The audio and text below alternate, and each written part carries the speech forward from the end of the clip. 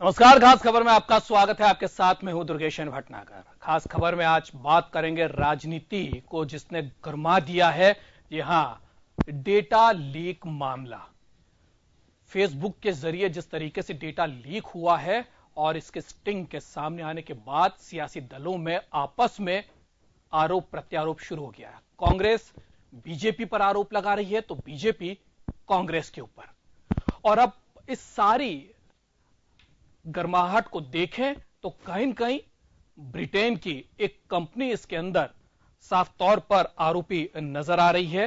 Cambridge Analytica company है। उस company ने डेटा जो है वो राजनेताओं को प्रभावित करने के लिए, राजनेताओं के लिए जनता किस तरीके से उनके पक्ष में प्रभावित हो, इसका यूज किया है। और इस मामले के सामने आने के बाद दौर आरोप प्रत्यारोप का चल चुका है।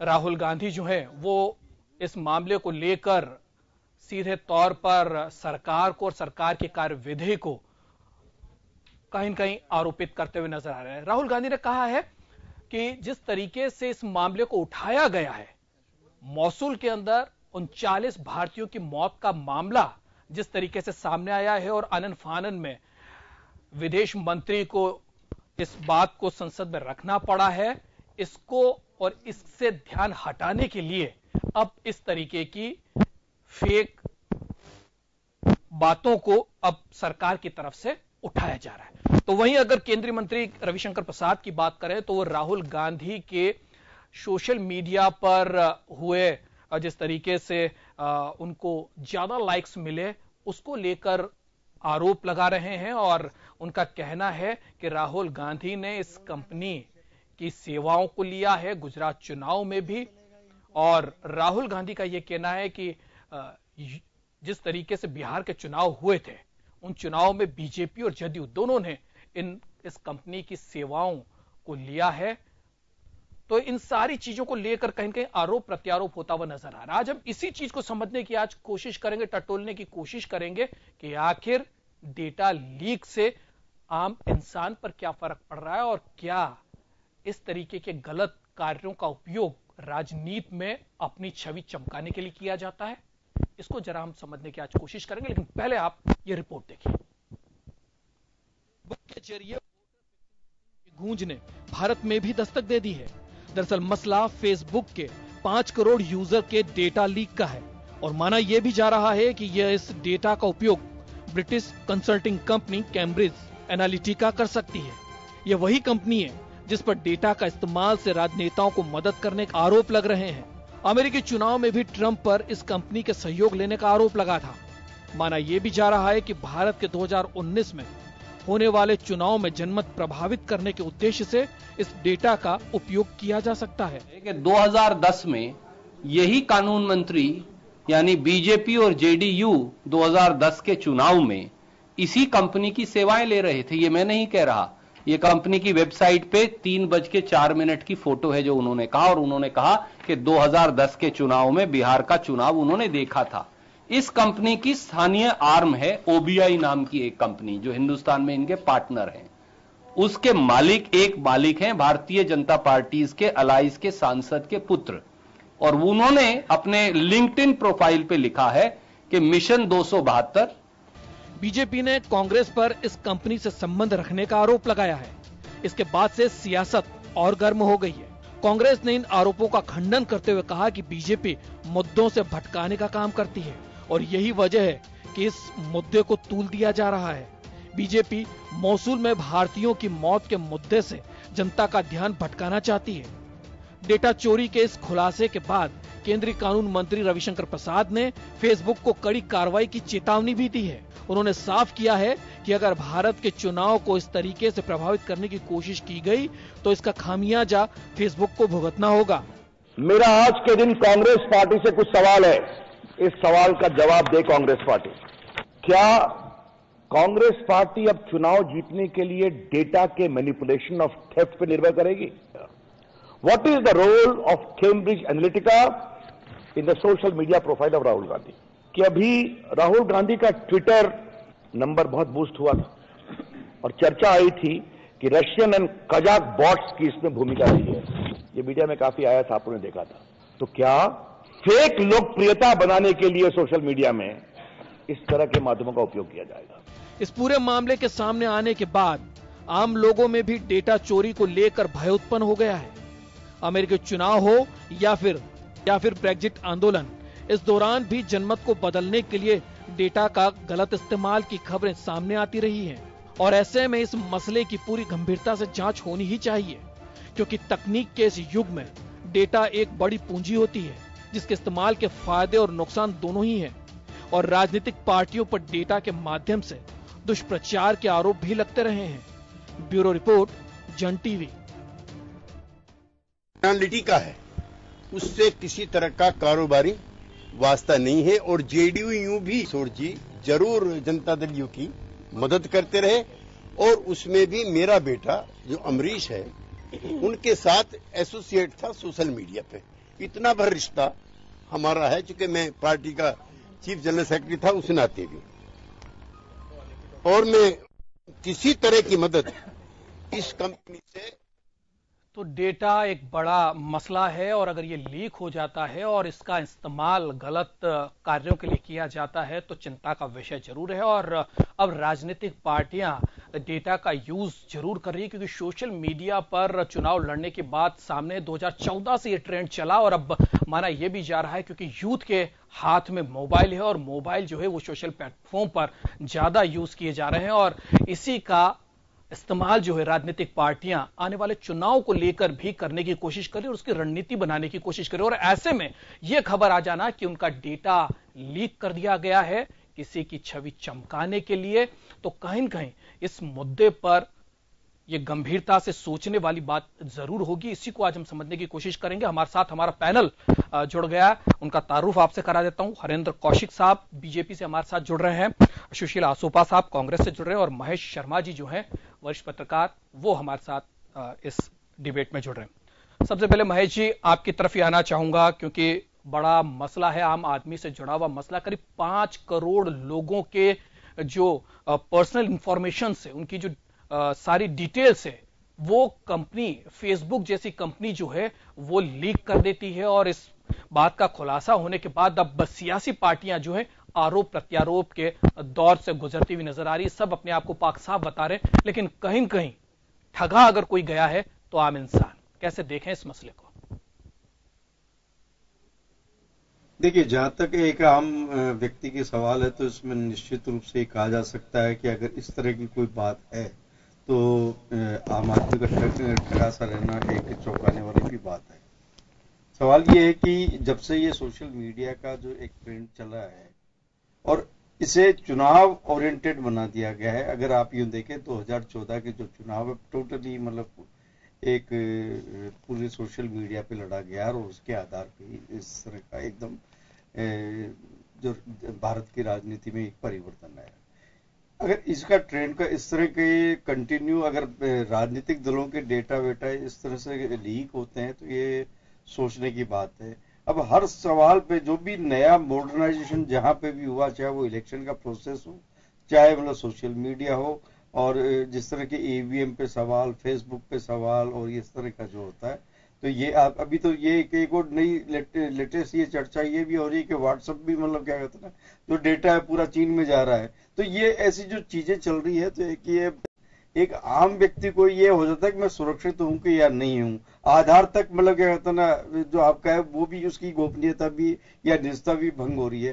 तो ये चीजें जब कई मतलब जब मुद्दे एक सामने आते हैं तब ये देख रहे हैं कि हम आधुनिक मतलब आगे बढ़ रहे हैं या मतलब क्या कहते हैं किसी तरह से हम पीछे की तरफ धकेले जा रहेंगे।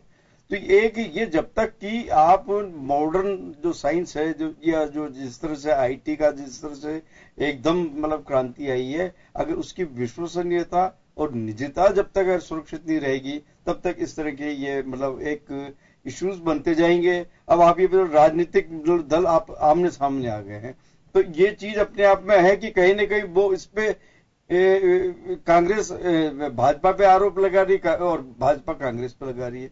और ये कंपनियों का जो जिस तरह का खेल होता है तो ये एक वास्तव में इसके बारे में जो सरकार को है कुछ ऐसा चीज ऐसी मतलब क्या होता है नियम और कानून लाने की बहुत सख्त आवश्यकता है। नहीं तो ये इस तरह का जो है एक हास्यास्पद स्थिति बन रही है कि आखिर करेंगे क्या करेंगे। सूचना की मतलब क्या कहते हैं अधिकार तो है, लेकिन इस तरह से सूचनाओं का इस तरह से मतलब क्या कहते हैं दुरुपयोग होगा, ये चौंकाने वाला कोई इन सारी चीजों को लेकर कोई मर्यादा नाम की कोई चीज है या नहीं है? अगर सोशल मीडिया के प्लेटफॉर्म को इस तरीके से ही अगर किया जाएगा तो फिर आखिर जनता कहां तक इन चीजों को देखती रहेगी? नहीं, सबसे बड़ी बात आप ये देखिएगा कि सबसे बड़ी हैकिंग के जो मामले आ रहे हैं, आप इसको हैकिंग के लिए एक्सपर्ट के लिए भी ट्रेनिंग मिल रही है और उनको हैकिंग एक दूसरे के लिए इस्तेमाल किए जा रहे हैं। अब यहां तक अगर ये घुसपैठ होने लगी है और एक जो हैकिंग की एक जो चीज आ रही है कि जिससे मतलब क्या कहते हैं जो गलत बात को ज्यादा हम प्रोत्साहन देने के लिए प्रशिक्षण देने के लिए बहुत सी कंपनियां तैयार हो रही हैं। तो ये प्रतिस्पर्धा जो जिस तरह से हो रही है, चाहे वो राजनीतिक हो, चाहे आर्थिक रूप में हो, चाहे सामाजिक स्तर में हो रही है, इस प्रतिस्पर्धा में भी जो है वो हमारी मर्यादाएं टूट रही है, ये एक चिंता का विषय है। चलिए, हरेंद्र कौशिक साहब भी हमारे साथ हैं। कौशिक साहब, आपकी तरफ आना चाहूंगा। जिस तरीके का ये मसला आया है, आरोप प्रत्यारोप एक तरफ है, लेकिन कहीं न कहीं आम इंसान के उस प्राइवेसी से जुड़ा हुआ यह मसला है, उसका जो डेटा है वो लीक हुआ है, आपकी सरकार है, अब आपको इन सारी चीजों के ऊपर देखना पड़ेगा, क्योंकि 2014 में प्रधानमंत्री नरेंद्र मोदी ने यह बात कही थी कि अब जो चुनाव है वो सोशल मीडिया प्लेटफॉर्म पर ही लड़े जाएंगे, और हमने देखा भी है। और 2019 तक तो और भी कई चीजें जो हैं वो सामने और आएंगी। तो क्या लगता है आपको, इस चीज को लेकर और सजग होने की जरूरत है? किस तरीके से ये सारी चीजें, दूध का दूध और पानी का पानी, इस मसले पर होना चाहिए? आरोप प्रत्यारोप अलग बात है, एक दूसरे पर आरोप प्रत्यारोप लगाया जा सकते हैं, लेकिन सरकार में आप बैठे हैं, आपकी जिम्मेदारी ज्यादा है। समय कम है मेरे पास, क्योंकि आज आधे घंटे का ही है। शॉर्ट में आप जरा बताएं इसे। जी दुर्गेश जी, देखिए, सबसे पहले तो आज आपने बहुत ही संवेदनशील ये विषय है, और इस संवेदनशील विषय पर भारतीय जनता पार्टी का हर कार्यकर्ता, भारतीय जनता पार्टी की सरकार उन 5 करोड़ लोगों के साथ है जिनका डेटा चोरी हुआ है। और जिसने चोरी किया है, आप यकीन मानिए कि वो लोग शीघ्र ही जरूर कानून के कटघरे में शीघ्र ही खड़े होंगे। ये वास्तव में बहुत संवेदनशील मुद्दा है। आप यदि किसी एक भी व्यक्ति का डेटा चोरी होता है, वो बहुत संवेदनशील है। आप देखिए, यदि मैं मेरे परिवार में मेरी वाइफ के साथ सोशल मीडिया पर जुड़ा हुआ हूँ, उनसे मेरे कई विषय पर बातें भी होती होंगी सोशल मीडिया पे, यदि मैं उनसे दूर हूं, तो उस तरीके का डेटा, हम लोगों की अंतरंग बातें सोशल मीडिया पर चुराना, ये बहुत बड़ा विषय है, बहुत गंभीर मसला है। और यदि आप देखिए, आपने ठीक कहा, प्रधानमंत्री जी ने कहा था कि सोशल मीडिया बहुत इंपॉर्टेंट रोल चुनावों में प्ले करने वाला है। तो भारतीय जनता पार्टी चाहे संगठन में हो चाहे सरकार में हो, हमेशा इस बात का विशेष ध्यान रखा जाता है कि सोशल मीडिया को हम एक टूल बनाकर इस्तेमाल करें, ना कि हथियार बनाकर इस्तेमाल करें। जबकि विपक्षी दल, कौशिक साहब, एक बड़ा मसला और बड़ा आरोप कांग्रेस का ये कि जो इराक के मौसूल के अंदर जो 39 भारतीयों के मारे जाने की जो खबर है, उससे ध्यान भटकाने की कोशिश जो है वो ये बीजेपी की है, और इसीलिए आरोप प्रत्यारोप का दौर शुरू किया गया है और इस मसले को सामने लाया गया है। तो क्या माने, राहुल गांधी ने इस पर बड़ा ट्वीट करके ये आरोप लगाए, इस आरोप के बारे में आपकी प्रतिक्रिया जानना चाहूंगा।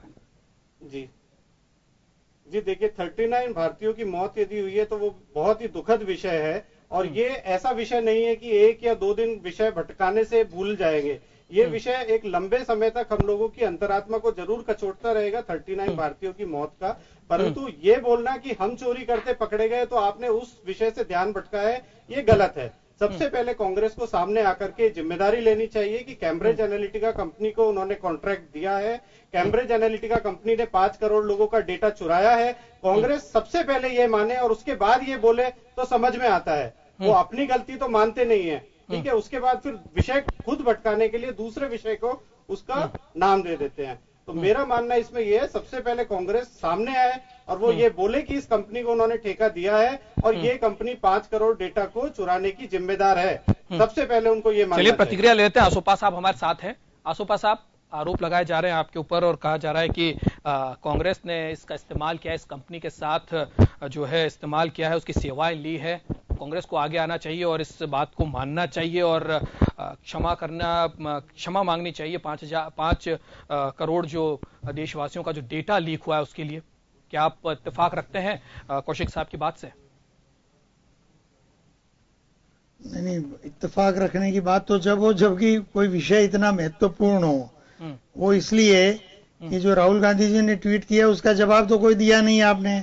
रणदीप सुरजेवाला जी ने जो आरोप लगाया कि 2010 में भाजपा जेडीयू ने किया और उसको ये केसी त्यागी जी ने आपके टीवी पे अभी माना है जी। रही बात ये कह रहे हैं कि कांग्रेस स्पष्ट करे, कांग्रेस ही स्पष्ट क्यों करे? आप तो 282 सीटों के वो 272 कर दिए जनता ने आपकी, वो अलग बात है।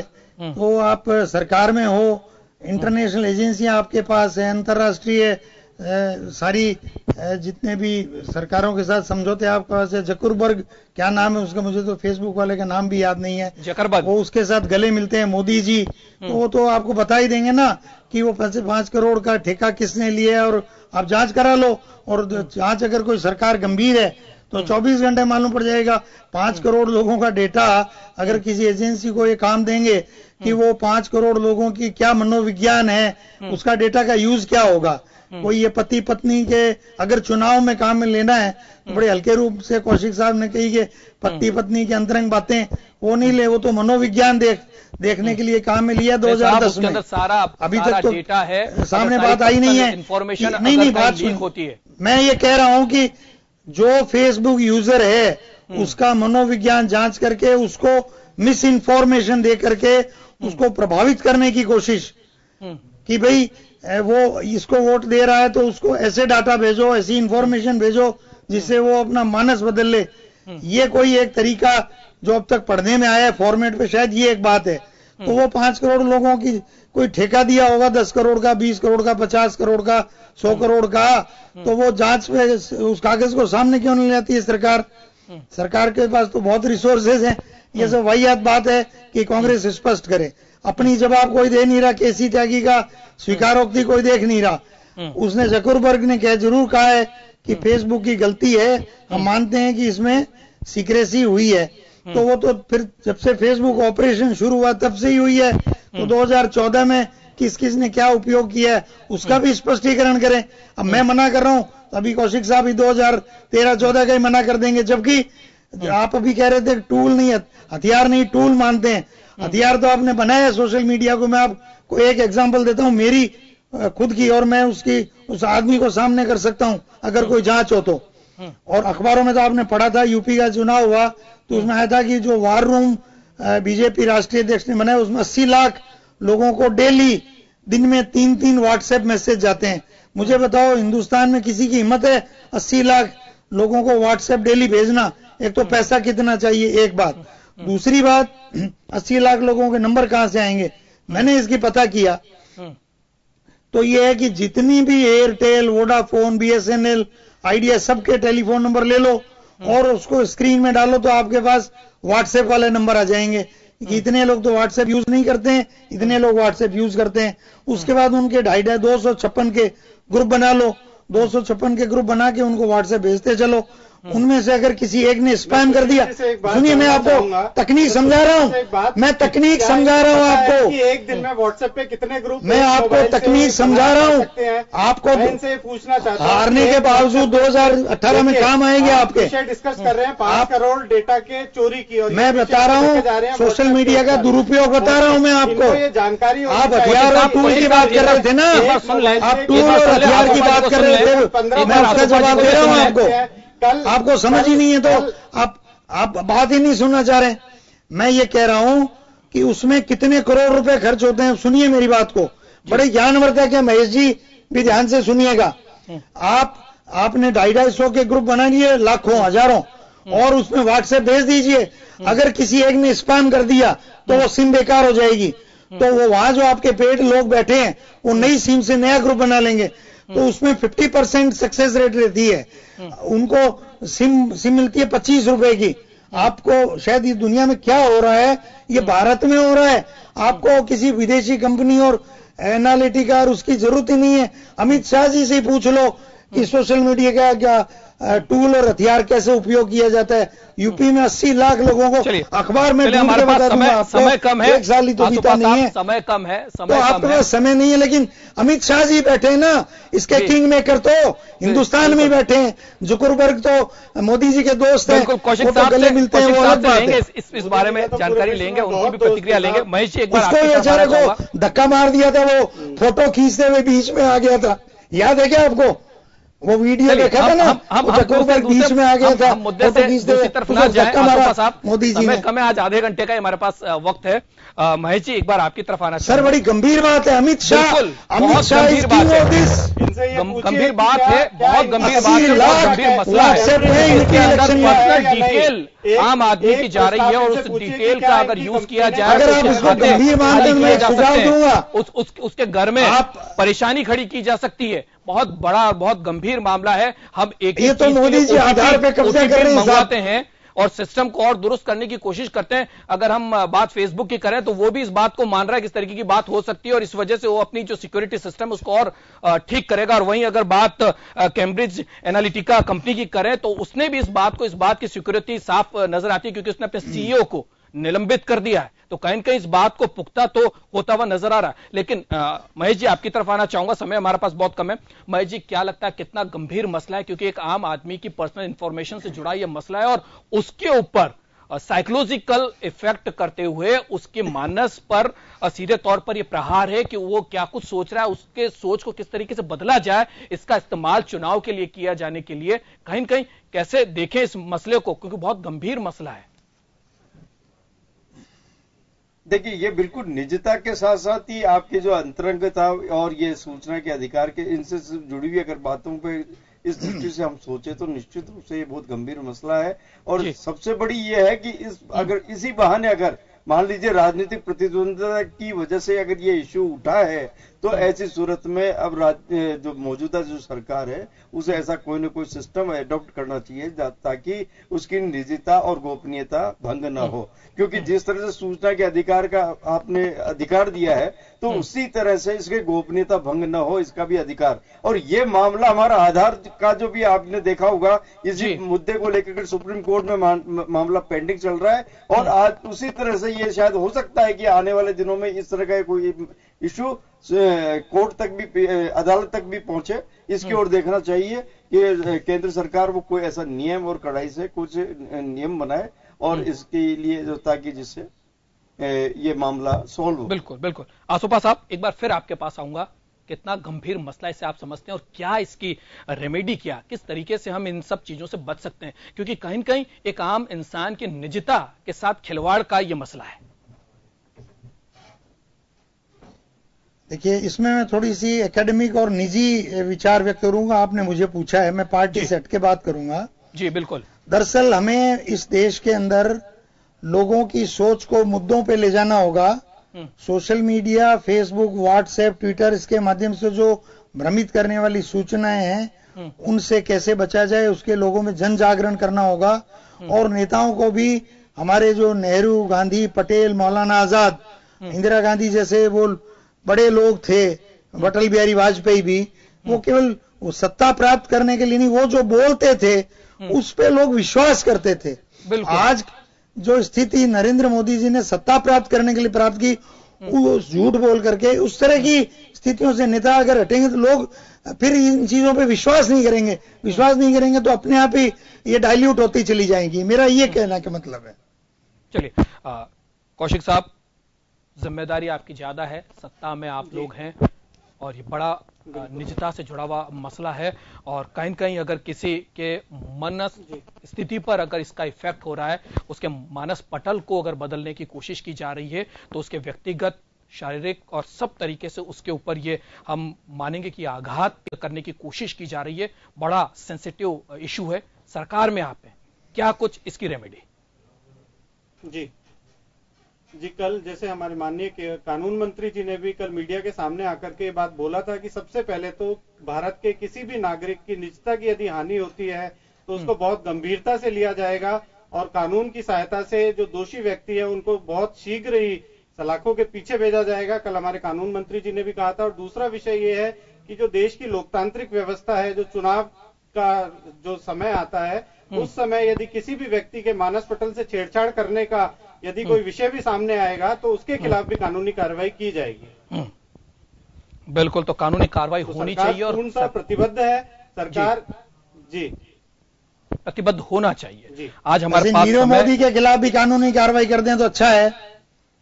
चलिए, ये फिर विषय भटकाने बिल्कुल वाली बात है। विषय नहीं भटके हम, हमारे हार्ड पास केसेस वक्त आज डाटा इतना ही सही नहीं है। आसोपा साहब फिर हम इस पर चर्चा करेंगे, मुद्दा जो है बड़ा गंभीर है, लेकिन कहीं कहीं इस मुद्दे को लेकर गंभीरता इस बात की क्योंकि आम इंसान की निजता से जुड़ा, उसके पर्सनल इंफॉर्मेशन से जुड़ा ये मसला है और अगर ये लीक होता है तो कहीं कहीं सीधे तौर पर उसकी निजता की हानि होती है। उसे रोकना सरकार की भी जिम्मेदारी है और राजनीतिक दलों की भी, चाहे पक्ष में बैठा हुआ दल हो चाहे विपक्ष में बैठा हुआ दल हो, सभी की महती जिम्मेदारी है कि इस तरीके के कामों के, इस तरीके के कृत्यों में वो इन्वॉल्व ना हो। और सबसे बड़ी बात, आप लोगों को भी बहुत इसमें सजग रहने की जरूरत है क्योंकि अगर आपकी इंफॉर्मेशन अगर कोई लीक कर सकता है तो आपको भी सिक्योरिटी सिस्टम से फुल प्रूफ होना होगा और समझना होगा इस सारे नए तमाम तरीके की टेक्नोलॉजीज को, ताकि आपका जो पर्सनल इंफॉर्मेशन है वो किसी भी तरीके से लीक ना हो सके। इसलिए छोटी छोटी बातों को ध्यान रखें, अपने विवेक से काम लें अगर आप सोशल मीडिया प्लेटफॉर्म पर हैं। तो आज के इस डिबेट में इतना ही। हमारे साथ हरेंद्र कौशिक साहब बीजेपी से जुड़े, सुशील आसोपा साहब कांग्रेस से जुड़े और महेश शर्मा जी वरिष्ठ पत्रकार हमारे साथ जुड़े। आप सभी का बहुत बहुत धन्यवाद इस चर्चा में भाग लेने के लिए। फिलहाल खास खबर में इतना ही। देश और दुनिया की तमाम खबरों के लिए आप देखते रहिए जन टीवी। नमस्कार।